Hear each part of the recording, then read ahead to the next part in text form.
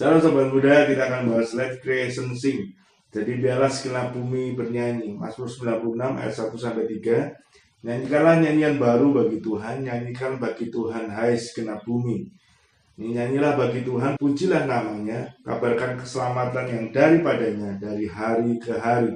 Ceritakanlah kemuliaannya di antara bangsa-bangsa dan perbuatan-perbuatan yang ajaib di antara segala suku bangsa.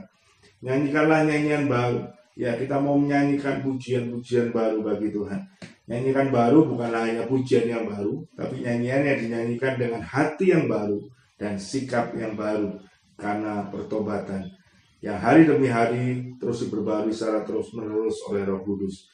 Jadi kita percaya bahwa pujian penyembahan bukan hanya dari mulut saja, tapi dari segenap hati kita. Kita mau diperbarui terus oleh karena Roh Kudus yang di dalam kita. Efesus 4 ayat 23 dan 24 berkata, supaya kamu diperbarui dalam roh dan pikiranmu, dan mengenakan manusia baru yang telah diciptakan menurut kehendak Allah di dalam kebenaran dan kekudusan yang sesungguhnya. Jadi mari nyanyikan pujian dari hati kita, hati yang terus mau diperbarui oleh Roh Kudus, diperbarui oleh firman Tuhan, untuk kita menyanyikan pujian yang sungguh-sungguh di hadapan Tuhan.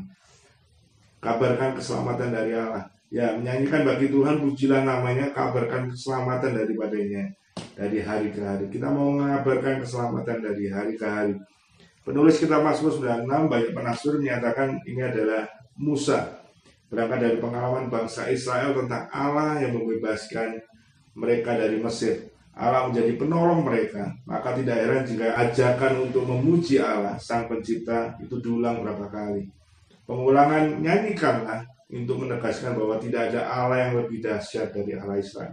Kita tahu ya kisahnya bahwa bangsa Israel keluar dari tanah Mesir menuju tanah perjanjian. Begitu Allah memberikan keselamatan yang luar biasa, penyertaan yang luar biasa. Makanya dikatakan kabarkan keselamatan daripadanya hari ke hari. Demikian juga kita hari ini, kita merasakan kasih penyertaan Tuhan sepanjang 2020 dan kita masuk 2021 dengan pengharapan yang sungguh bahwa penyertaannya tidak akan pernah berkesudahan. Dia Allah Immanuel, yang Allah yang selalu bersama kita, dan kita tahu kita mau mengabarkan keselamatan itu day by day dengan dengan kebenaran firman Tuhan yang terus kita ceritakan kepada orang lain. Ceritakanlah kemuliaannya, ceritakan kemuliaan di antara bangsa-bangsa, perbuatannya ajaib dalam suku bangsa. Mari bela hidup kita menceritakan kebaikan Tuhan, menceritakan bahwa Dia Allah yang luar biasa, Allah yang layak disembah. Mari menceritakan bahwa kalau kita bisa keluar dari pandemi ini, kita bisa masuk tahun yang baru, kita bisa survive, itu semua karena anugerah Tuhan, semua karena pertolongan Tuhan yang luar biasa. Ceritakan kabar baik ini kepada orang-orang lain di sekitar kita.